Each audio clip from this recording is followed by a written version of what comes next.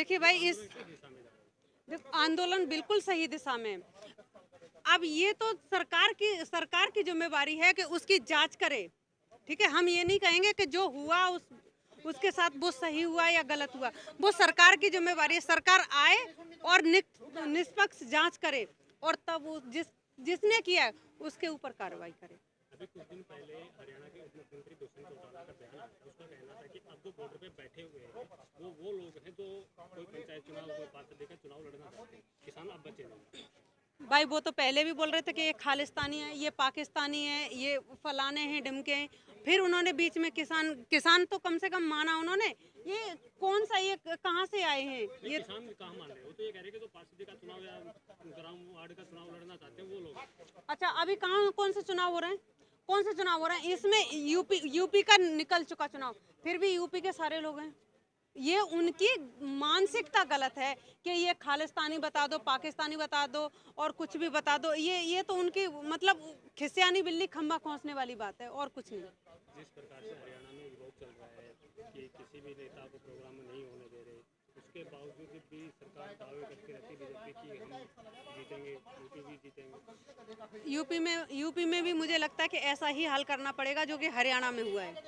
ऐसा भी यही हाल हरियाणा में हो रहा है बीजेपी सरकार का, वही यूपी में करना जरूरी है। क्योंकि जब तक ये यूपी से नहीं हारेंगे तब तक ये बात नहीं, क्योंकि यूपी से रास्ता जाता है संसद का, और यूपी बंद तब इनके रास्ते बंद। और यूपी बंद करना हम लोग मुस्तैदी से खड़े हुए हैं, और यूपी में इनको जैसे बंगाल हराया वैसे यूपी भी हराएंगे। राकेश टिकैत जी बंगाल जाते हैं, कर्नाटक भी जाते हैं, हर जगह जाते हैं, लेकिन जब यूपी के विरोध की बात आती है तो कहीं ना कहीं वो पीछे हटते हैं। बिल्कुल भी नहीं हटे हैं। वो आज भी यूपी के साथ हैं और कल भी, क्योंकि यूपी का ही किसान नहीं भाई, पूरे देश का किसान दुखी है। कि एक यूपी या पंजाब या हरियाणा की बात नहीं है, पूरे देश में किसान हैं। पूरे देश के किसान पर अगर ये 3 काले कानून लागू होते तो पूरे सब किसानों पर लागू होंगे, किसी एक किसान पर नहीं। और ना बड़े छोटे की यहाँ बात है, किसान सब एक समान होता है, चाहे बड़ा हो चाहे छोटा हो। बात वो है ना कि जब विरोध की जो बात आती है कि किसी भी नेता को गाँव में नहीं आने दिया जाएगा या प्रोग्राम नहीं करने दिया जाएगा, जैसे हरियाणा में ध्यान देते हैं कि किसी भी नेता को नहीं, वैसे जब यूपी में विरोध की बात आती है तो राकेश टिकैत जी कहते हैं नहीं, कोई पीछे नहीं हटता। और वो अगर लगेगी, जरूरत पड़ेगी तो वो भी करेंगे। जैसे हरियाणा में हो रहा है, जरूरत लगी तो जैसे हमारे गार्जियन बोलते हैं वो काम यूपी में भी होगा। मतलब अब तक यूपी में जरूरत नहीं पड़ी है, अभी जरूरत नहीं पड़ी है, अगर लगती है कि जरूरत है तो वो भी काम होगा। इतने 200 दिन हो गए सरकार बातें नहीं मान रही, तो फिर बात तो मानेगी सरकार, आज नहीं कल, क्योंकि हम लोग 2024 तक आए और जब तक ये काले कानून नहीं वापस होंगे ना तब तक भाई कोई नहीं जाने वाला यहाँ से, कोई भी नहीं जाएगा। जब 2024 की बात आती है तो किसानों के पास इतना समय कहाँ है कि वो 2024 तक बॉर्डरों पे बैठे।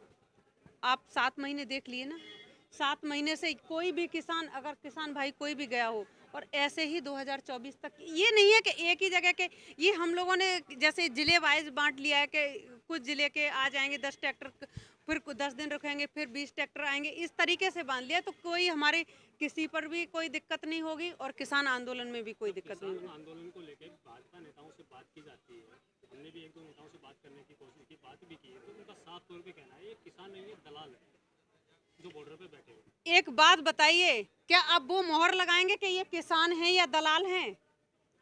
अब वो मोहर लगाएंगे कि ये किसान है दलाल है? आके अगर इतना ही उनको डर है तो आके बात करें कि किसान है, वो आप पता चल जाएगा आके। यहाँ बॉर्डर पे क्यों नहीं बात करते? वो ये कह रहे हैं कि जो दलाल बैठे हुए हैं वो उनको समझने नहीं देते। वो झूठ है भाई, वो उनकी बात पर भरोसा करना, वो तो 7 साल से जुमलेबाजी करते आ रहे, उनकी बात पर तो ध्यान ही मत दिया करो। एक आध बात यहाँ की ले जाके उन्हें बताया करो कि किसान ये बोल रहे हैं, किसान अपनी मांगों पर अड़े हुए हैं, और जिस तरीके से आपको बंगाल में हराया है, नहीं, आप ये बोलना कि जिस तरीके से आपको बंगाल में हराने का काम किया है राकेश टिकैत जी ने, वही काम अब यूपी में भी किया जाएगा। इस विषय पे बात हुई थी कि आगे की जो बंगाल चुनाव है उसमें किसान आंदोलन का फर्क पड़ा है, तो उनका साफ तौर पे कहना है कि इसके और कारण है, किसान आंदोलन इसका कोई कारण नहीं है, किसान हमसे संतुष्ट है। वो वक्त पता चल जाएगा, अभी कोई देर नहीं हुई है, अभी हम भी यही हैं और वो भी सत्ता में, कोई बात नहीं, वो वक्त बता देगा उनको। जैसे बंगाल में बताया गया, वक्त बता देगा उनको। वक्त ने बंगाल का भी राजगद्दी छीन ली ना, और यूपी की भी इनकी खिसकने वाली है। तो कह रहे कि सरकार बातचीत करने को तैयार है लेकिन ये समझने नहीं दे रहे। क्यों नहीं समझ रहे? नहीं, वो ये 40 हमारी कमेटी थी, 40 हमारे भाई लोग किसान लोग सवाल किए, एक सवाल का सही से एक भी कृषि मंत्री जवाब नहीं दे पाए, तो वो क्या बात करेंगे। यहाँ आके किसी अगर छोटे बच्चे से भी बात कर लेंगे, वो भी कमियां बता देगा इस 3 कानून। और फिर अगर आपको इतनी ही नॉलेज है तो 90% आप संशोधन करने के लिए क्यों तैयार हो? 90% संशोधन करने का क्या ढांचा खड़ा करोगे?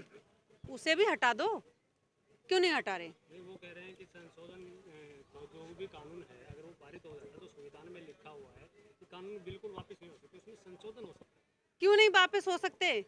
देखिए, नियत तो कुछ भी करा सकती है। अगर आपको इतना ही डर लग रहा है तो आपने बनाए ही क्यों? तुम कह रहे, आप ये बोलते मोदी सरकार के ये किसानों के हित में, किसानों के हित में 1% बता दो कि किसानों के हित में। हम तो आपको कमियां बताएंगे ना, आप उसकी अच्छाइयां बता दो तो हम मान जाएंगे कि ये किसी कानून किसानों के हक में। जो यूपी में चुनाव आने वाले हैं, 6-7 महीने बचे हैं, तो इसका किसान आंदोलन पे कितना इफेक्ट? बहुत इफेक्ट पड़ने वाला है। जैसे एक बात सोचिए, ये तो यूपी है, जब बंगाल तक इफेक्ट पड़ सकता है तो ये तो यूपी है ना, ये तो घर की बात है। बंगाल में तो उनकी सरकार ही नहीं थी ना, यहाँ तो उनकी सरकार दावा करते हैं कि यूपी में रामराज है। रामराज, हाँ बिल्कुल, वो देखा तो है आपने, वो तो लाश राज बना दिया है। गंगा पुत्र कहने वाले, वो तो लाश का राज बना दिया है। पूरी गंगा में लाश मौत का तांडव कर रही है मोदी सरकार, मौत का तांडव। ये तो कहते हैं ना कि रोजगार देंगे, रोजगार तो दिया नहीं, ये तो फ्री में मौत बांट रहे हैं, मौत फ्री में बांट रहे हैं। स्वास्थ्य दिया नहीं, सुरक्षा दी नहीं गई इनसे, शिक्षा दी नहीं गई, ये फ्री मौत है, फ्री मौत। वो कह रहे हैं कि जो गंगा में लाशें मिली हैं ये कांग्रेस ने ऐसे खरीद के वो डाले गए हैं, सरकार को बदनाम। ओहो, मतलब जो कर रहा है विपक्ष कर रहा है, क्योंकि तुम क्या अंधे होके बैठे हो?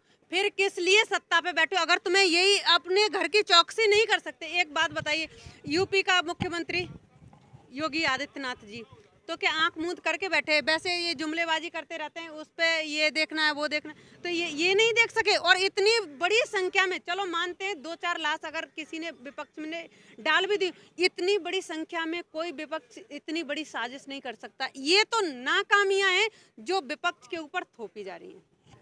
क्या लग रहा है कि सरकार तो सीधे तौर पे मना कर रही है कि कानून? मुझे तो पूरी तरीके से लग रहा है कि ये किसी कानून वापस होंगे और बहुत जल्द होंगे, बहुत जल्द होंगे। सरकार तो साफ तौर पे मना कर रही है। सरकार मना कर रही है, फिर धूल की उनके माथे की उड़ी हुई है, क्यों हवाइयाँ उड़ी हुई हैं? जब से बंगाल में हारे क्यों हवाइयाँ उड़ी हुई हैं? क्यों कमेटी बना के यूपी में भेज दी कि जाइए लग जाइए? जब हवाइयाँ उड़ी हैं तब ना, अब क्यों नहीं मोदी जी असूए बहाते हैं? अब क्यों नहीं रोज? अब पहले देखा होगा आपने, कोरोना काल में पिछली साल हर हफ्ते मोदी जी संबोधन करने आ रहे हैं। आज मोदी जी गायब हो गए क्या? गंगा माँ निगल गई क्या इनको?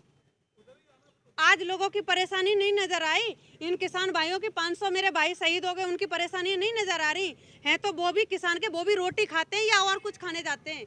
उनका भी कहीं न कहीं से वास्ता रोटी से ही है ना, किसी और से तो है नहीं। तो उनको ये चीज़ सोचनी पड़ेगी और ये किसी कानून उन्हें हर हाल में वापस करने पड़ेंगे, और जब तक नहीं करेंगे तब तक हम लोग यही हैं।